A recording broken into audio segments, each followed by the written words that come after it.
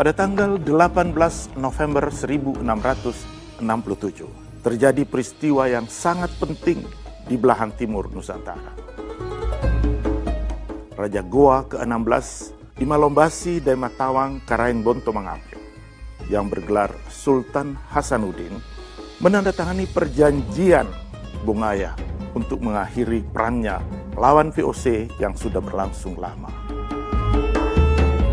Sementara itu, di belahan barat Nusantara, di negeri Melayu, seperti yang dikisahkan dalam legenda rakyat Melayu yang amat masyhur, Sultan Mahmud mangkat di Julang. Dikisahkan bahwa Sultan Mahmud Shah penguasa negeri Johor itu mati tertikam oleh laksamananya sendiri, kesatria negeri Bentan yang bernama Laksamana Megat Sri Rama. Peristiwa ini merupakan pintu zaman bagi masuknya orang-orang Bugis Makassar dalam dinamika sejarah Melayu.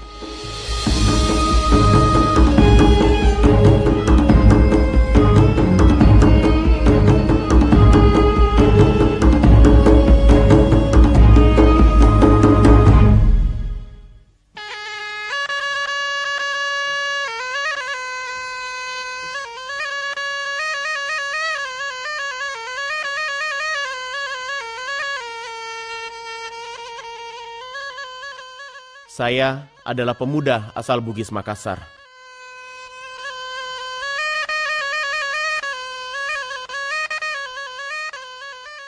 Sejak kecil, saya dididik oleh orang tua supaya menjadi pribadi yang tangguh, pemberani, dan pantang menyerah.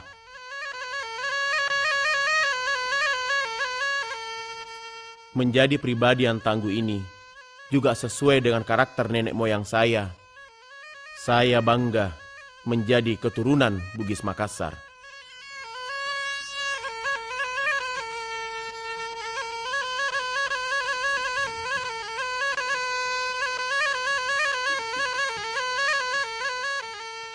Pada tahun 1667, Kerajaan Goa yang biasa juga disebut dengan Kerajaan Makassar kalah dalam perang melawan VOC. Akibat dari kekalahan itu, Kerajaan Goa harus menandatangani perjanjian yang disebut dengan Perjanjian Bongaya. Akan tetapi, penting diketahui bahwa tidaklah serta-merta dengan perjanjian itu perang sudah selesai, karena perang itu masih berlanjut sampai tahun 1669. Akibat perjanjian Bongaya ini, masyarakat Makassar terbagi atas 3 kelompok. Yang pertama, mereka tinggal di Makassar, menyetujui dan menjalani hidupnya dalam suatu realitas di bawah kekuasaan VOC. Yang kedua, mereka lari dan bersembunyi ke dalam dirinya pada aliran-aliran tarekat dan masuk ke pedalaman negeri-negeri Makassar. Dan yang ketiga, mereka melakukan diaspora ke berbagai daerah di Indonesia bagian barat. Nenek moyang saya adalah pengembara ulung. Mereka rela menanggalkan semua atribut, mengarungi samudra menuju negeri asing, dan meninggalkan negeri leluhurnya.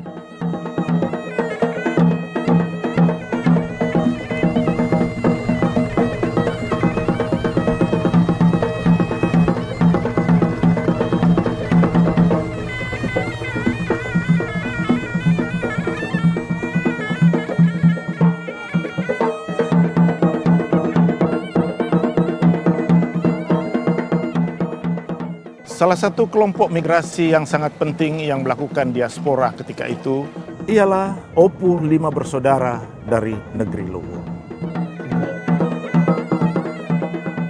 Opu 5 bersaudara dari Luwu ini Yang pertama adalah Opu Deng Parani, kemudian yang kedua Opu Deng Menambun, yang ketiga Opu Deng Merewa, yang keempat Opu Deng Celak, dan yang kelima adalah Opu Deng Kamasi.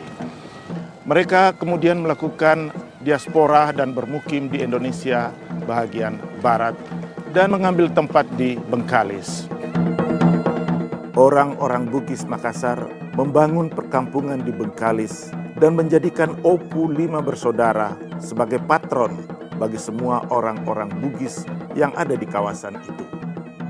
Orang-orang Bugis Makassar menguasai daerah-daerah pesisir Sumatera bagian timur hingga pesisir selatan Sumatera. Di tempat-tempat seperti inilah orang-orang Bugis Makassar membangun pemukiman-pemukiman dan berdomisili di tempat itu.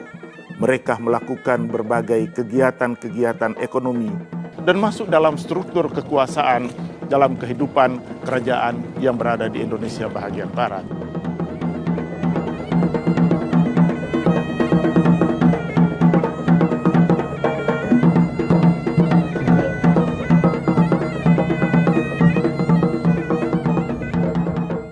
Dari Bengkalislah, Opu Lima Bersaudara mengontrol semua kegiatan perdagangan dan menguasai jalur pelayaran Selat Malaka dan sekitarnya, sampai pesisir utara Pulau Kalimantan.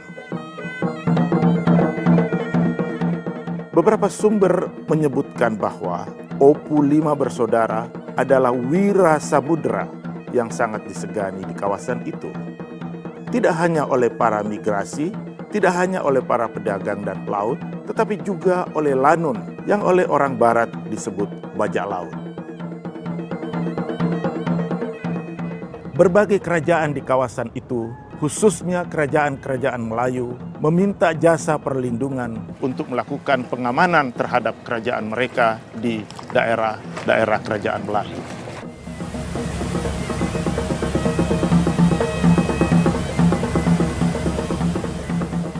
Hukum adil atas rakyat, tanda jebol oleh inayat. Sultan Mahmud mangkat di Dulang, itu berarti sultannya mangkat atau meninggal ketika sedang ditandu. Peristiwanya terjadi pada tahun 1699. Nah, ketika itu sepulangnya dari sholat Jumat di masjid, Sultan yang sedang ditandu itu ditikam oleh Laksamana Megat Sri Rama. Laksamana Megat Sri Rama menaruh dendam karena Sultan Mahmud menghukum mati istri beliau, yaitu Dang Anung, ketika istri beliau mengandung atau hamil anak pertama. Sultan menghukum mati istri Megat Sri Rama karena istri Megat Sri Rama dianggap mendurhaka karena istri Megat Sri Rama makan seulas nangka milik Sultan tanpa sepengetahuan atau tanpa izin dari Sultan. Nah, hal itu tidak boleh dilakukan pada waktu itu. Oleh Megat Sri Rama yang sudah berbakti sedemikian rupa terhadap kerajaan, terhadap Sultan, dianggapnya hukum yang diberikan oleh Sultan itu terlalu kejam. Oleh karena itu, Laksamana Megat Sri Rama sepulangnya dari menjaga laut di Kerajaan Riau Lingga, Johor dan Pahang, berniat akan menikam Sultan Mahmud Shah II.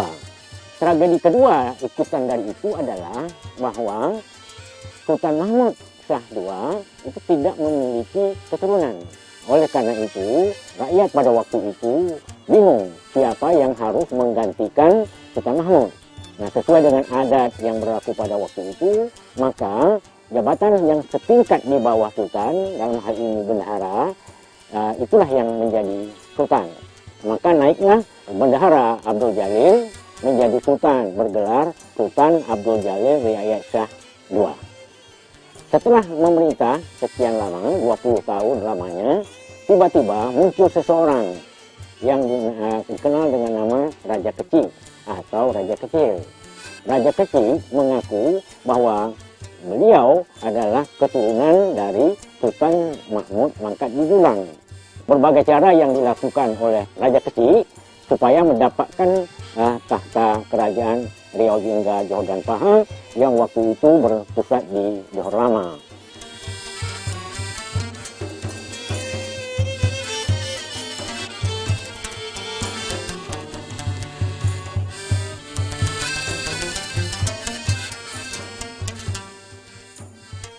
Pada tahun 1719, terjadi perebutan kekuasaan atas tahta Johor antara Sultan Abdul Jalil dan Raja Kecil dari Siak. Perang ini dimenangkan oleh Raja Kecil dari Siak berkat bantuan orang-orang laut dan kerajaan Pagaruyung dari Minangkabau. Raja Kecil menurunkan Sultan Abdul Jalil ke jabatannya semula sebagai bendahara, dan ia pun mempermaklumkan dirinya sebagai Sultan Johor dengan gelar Sultan Abdul Jalil Rahmat Shah, berkuasa tahun 1719 sampai 1722.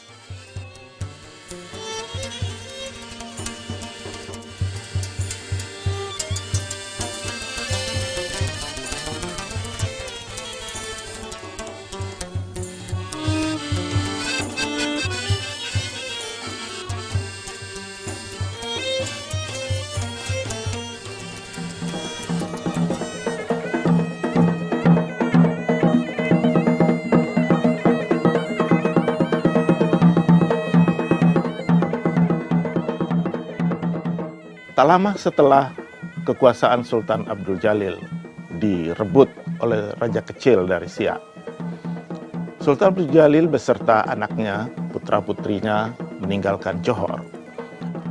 Dalam perjalanan Sultan Abdul Jalil dibunuh.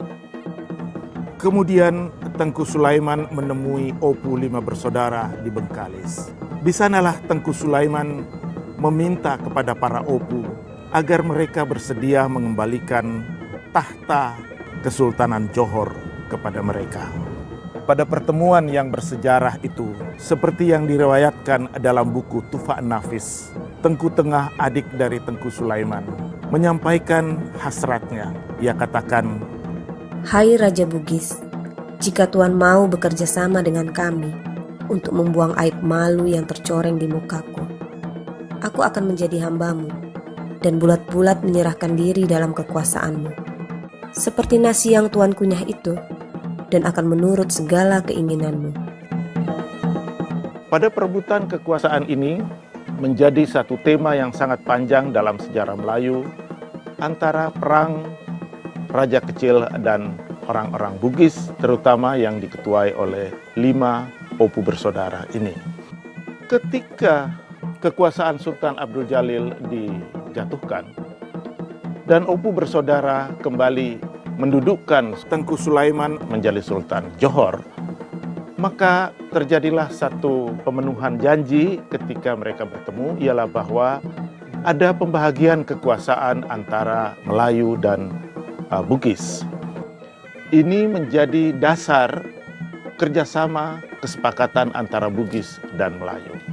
Atas dasar itulah, maka Opu Daeng Parani bersaudara mengumpulkan kekuatan dan memobilisasi satu armada yang besar untuk merebut Johor.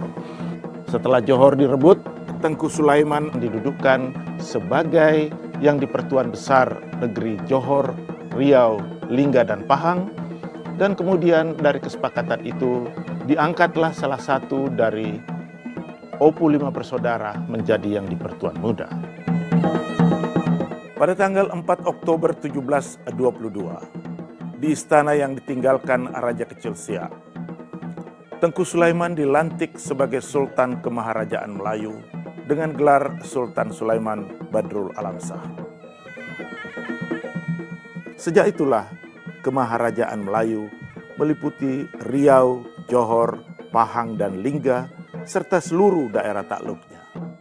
Ketika itu pula, Opu Daeng Marewa mencabut alameng, pedang pendeknya, pusaka yang dibawanya dari negeri Bugis, sembari berteriak dengan lantang, "Barang tahu kiranya segala anak-anak Bugis dan Melayu, maka adalah hari ini Sultan Sulaiman bergelar Sultan Sulaiman Badrul Alam Shah menjadi raja yang di Pertuan Besar, memerintah Johor, Riau, Pahang, dan Lingga dengan segala daerah takluknya.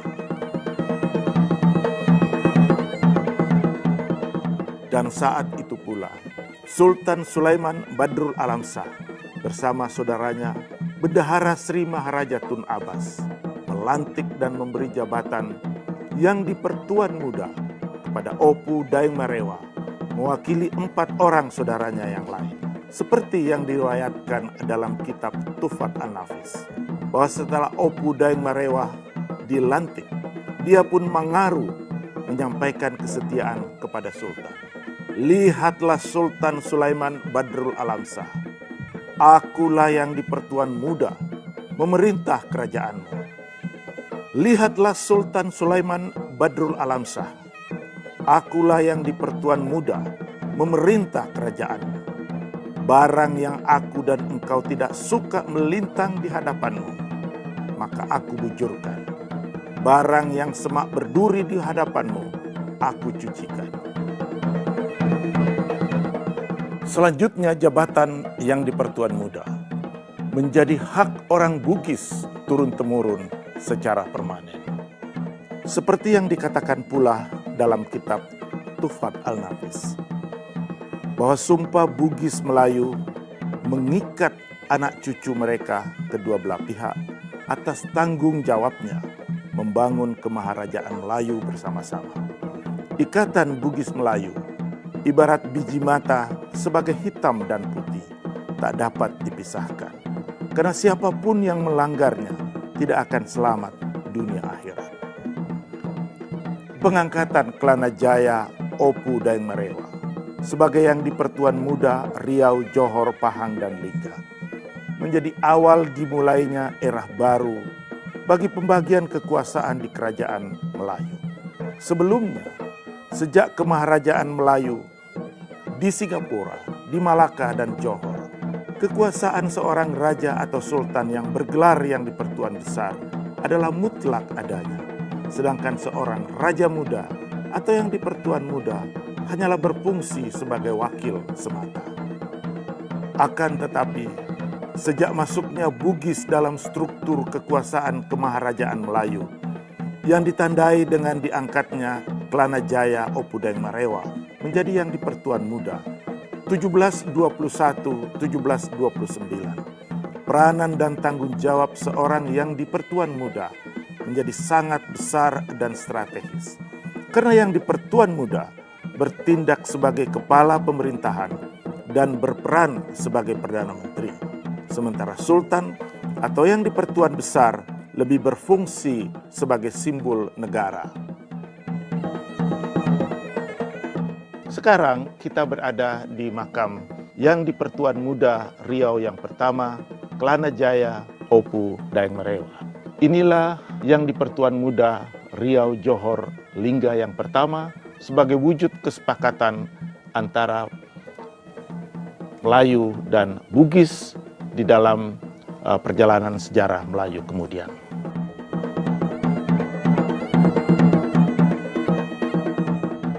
Inilah makam Opu Daeng Celak yang di Pertuan Muda Johor, Riau, Lingga, dan Pahang yang kedua. Berkuasa 1728-1745. Di zaman kekuasaan Opu Daeng Celak, kesultanan ini menjadi sangat makmur karena ketika itu digalakkan perkebunan pinang di seluruh negeri dan negeri ini menjadi eksportir pinang ke berbagai negara. Di zaman kekuasaannya pula, negeri ini mendapat kestabilan ekonomi dan politik yang sangat baik sehingga disebut bahwa zaman kekuasaan Opu Daeng Celak sebagai zaman keemasan kesultanan ini. Hormat akan orang yang pandai, tanda mengenal kesedah cindai, ingatkan dirinya mati. Itulah syarat berbuat bakti, akhirat itu terlalu nyata kepada hati yang tidak. Kali ini saya menuju ke sebuah pulau yang mempunyai keterkaitan erat dengan kerajaan Melayu yaitu Pulau Penyengat. Pulau ini merupakan benteng bagi pertahanan kerajaan Melayu. Pulau Mungil di muara Sungai Riau ini sudah lama dikenal oleh para pelaut sejak berabad-abad yang lalu, karena menjadi tempat persinggahan untuk mengambil air tawar yang banyak tersedia di pulau ini. Menurut cerita, pada suatu ketika ada para pelaut yang melanggar pantangan ketika mengambil air, sehingga diserang serangga seperti lebah yang berbisa. Binatang ini disebut penyengat, dan kemudian pulau ini disebut Pulau Penyengat.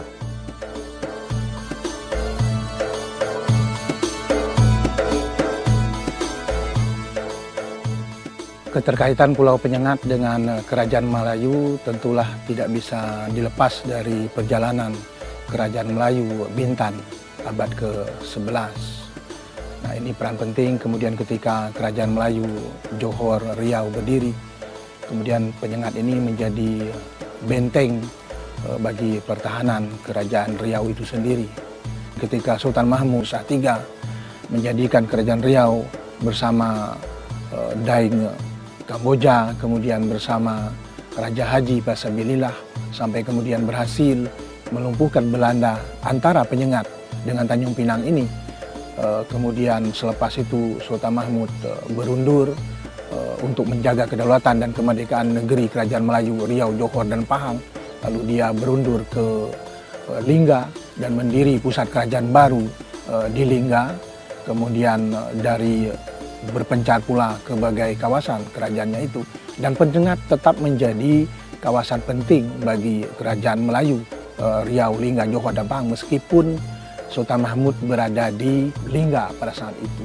Kemudian ketika Sultan Mahmud mencapai kemenangan setelah bertahun-tahun berhadapan dengan Belanda dan sekaligus dengan Inggris, dan kemudian pada tahun 18 sekian maka Sultan Mahmud kemudian menikah dengan Engku Putri Raja Hamidah yang tidak lain tidak bukan adalah putri pamannya sendiri, yaitu Raja Haji Pisabilillah. Dan ini merupakan keterkaitan penting bagi Kerajaan Melayu dengan Pulau Penyengat dan bangsa suku Bugis dan bangsa suku Melayu, karena Sultan Mahmud menjadikan pulau ini bahagian dari kelengkapan mas kawinnya ketika akan menikah dengan Engku Putri. Karena itu Pulau Penyengat selalu juga dikatakan oleh orang sebagai pulau mas kawin Engku Putri Raja Hamidah ketika dinikahi oleh Sultan Mahmud Riyad Shah atau Sultan Mahmud Shah III yang luar biasa hebatnya itu. Nah, kemudian setelah menikah Sultan Mahmud betul-betul ingin menunjukkan jati diri bangsa Melayu, menyusul bagaimana tahun 1795 itu Sultan Mahmud meraih kembali kedaulatan dan kekuasaan sebagai suatu bangsa, sebagai suatu negara yang berdaulat, yang merdeka dari pemerintah Belanda dan dari pemerintah Inggris. Nah, karena itu Sultan Mahmud menjadikan pulau ini sebagai pulau yang penting dalam perjalanan marwah tamadun Kerajaan Melayu.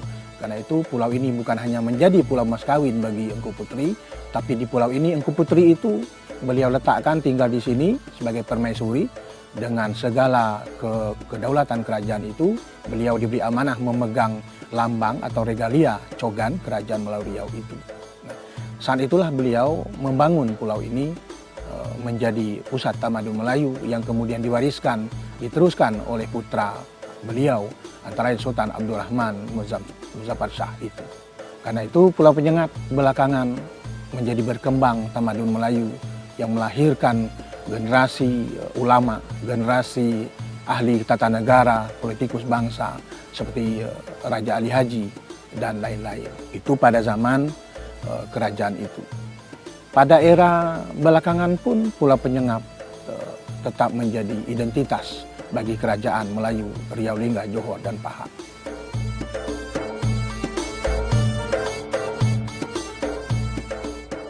Ketika Sultan Mahmud menjadikan pulau ini sebagai salah satu pusat kerajaan Melayu Riau, Johor, Pahang, dan Lingga, dan dia beri amanah kepada permaisurinya Engku Putri Raja Hamidah untuk memegang kekuasaan di sini, ini dengan otomatis dengan sendirinya bahwa ini menjadi ikon, menjadi simbol kepastian bersatunya Melayu dengan Bugis.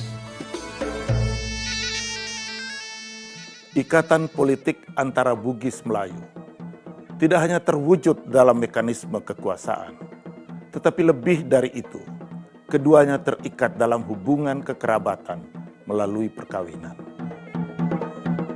Opu Daeng Parani menikah dengan Tengku Tengah, putri Sultan Abdul Jalil Riayat Shah. Kelak keturunannya menjadi penguasa-penguasa di Johor. Opu Daeng Parani juga menikah dengan saudari yang di Pertuan Negeri Kedah.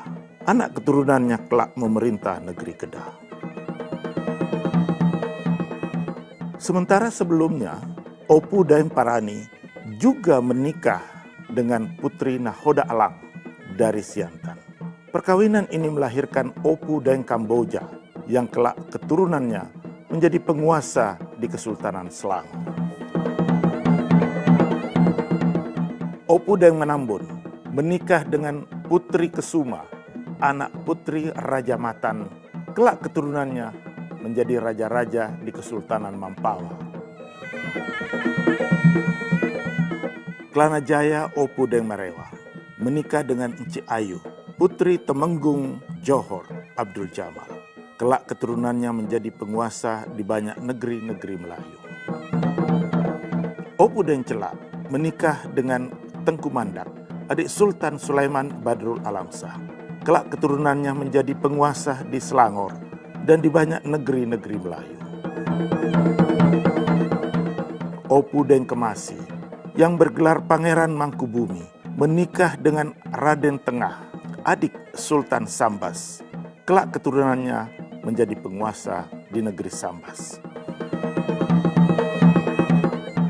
Dari perkawinan itulah melahirkan kemudian anak keturunan, terah penguasa, raja dan sultan-sultan, orang-orang besar, petinggi negeri, ilmuwan, cerdik pandai, alim ulama, sastrawan, budayawan, aparatur negara, baik sipil maupun militer, pengusaha swasta, dan lain-lain.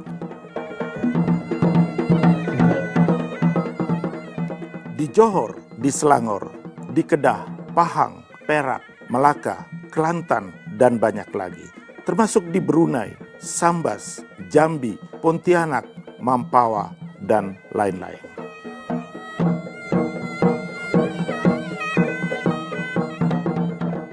Sesungguhnya diaspora Bugis Makassar tidak hanya menyebar di negeri-negeri kemaharajaan Melayu, tetapi juga di Aceh selama lebih kurang 264 tahun lamanya.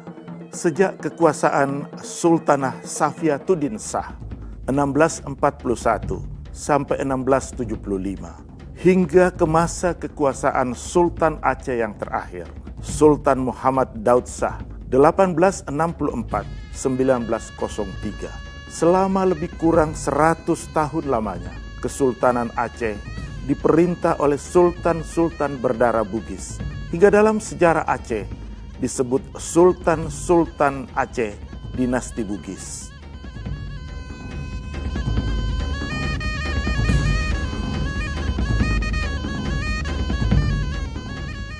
Begitulah sebuah kisah sejarah tentang diaspora Bugis Makassar di belahan barat Nusantara dan semenanjung Tanah Melayu. Walaupun kisah-kisahnya telah jauh melintas zaman, namun denyut kesejarahannya senantiasa hadir, memberi pengakuan tentang eksistensi, harga diri, kebanggaan, dan marwah seseorang sebagai keturunan Bugis Makassar.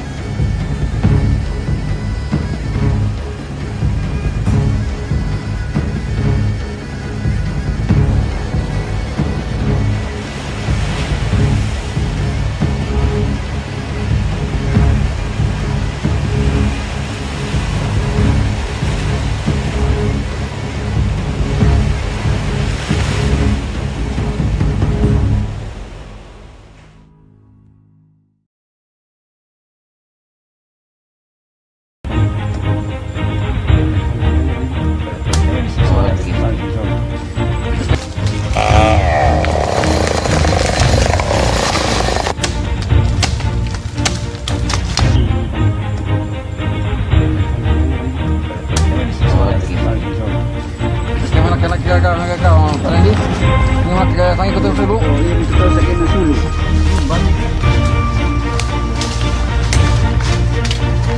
Hah? Adik apa ya, Pak? Siapa adik?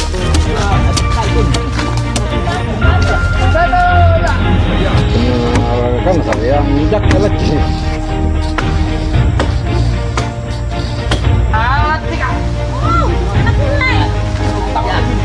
Jangan aku di mana? Ya, ada di murah.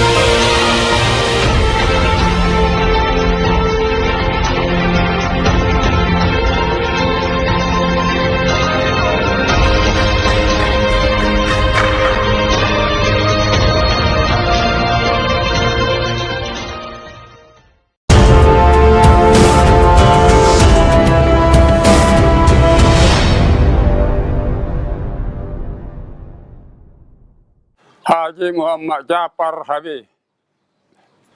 Nama saya. Pekerjaan ya perahu, pengusaha perahu. Sampai sekarang umur hampir 90.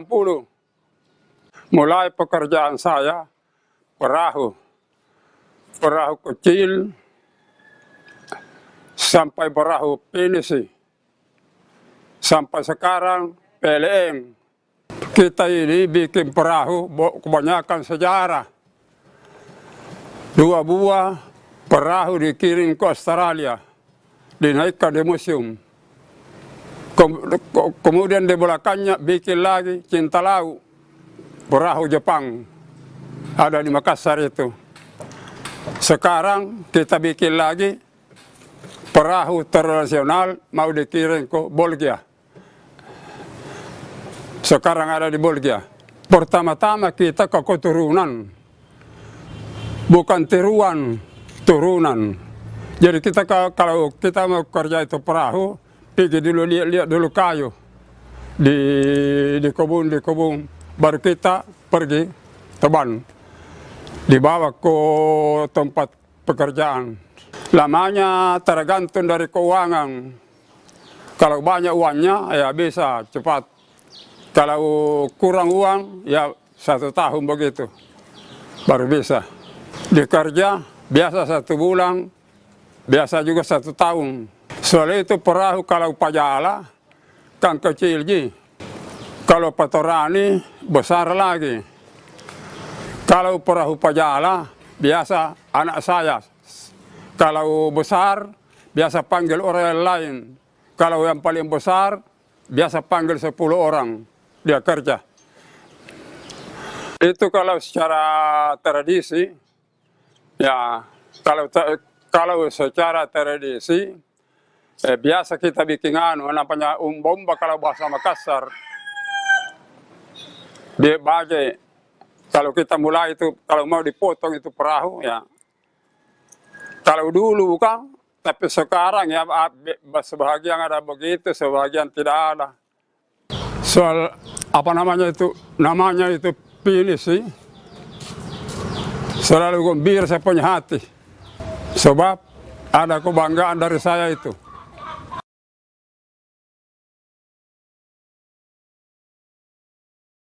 Nama saya Rahma Japar.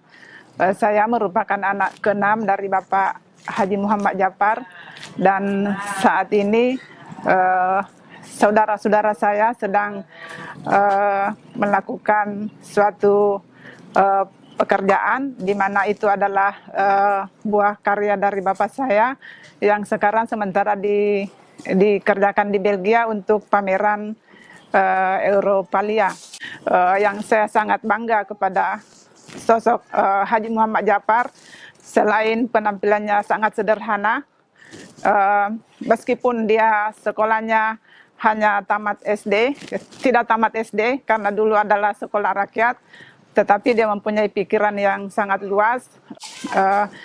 Bagi saya ini merupakan suatu kebanggaan karena selain bapak saya mengangkat nama Tanah Biru sebagai Pandita Lopi, ini juga menjadi suatu kebanggaan bagi seluruh bangsa Indonesia karena pameran ini mengatasnamakan bangsa Indonesia.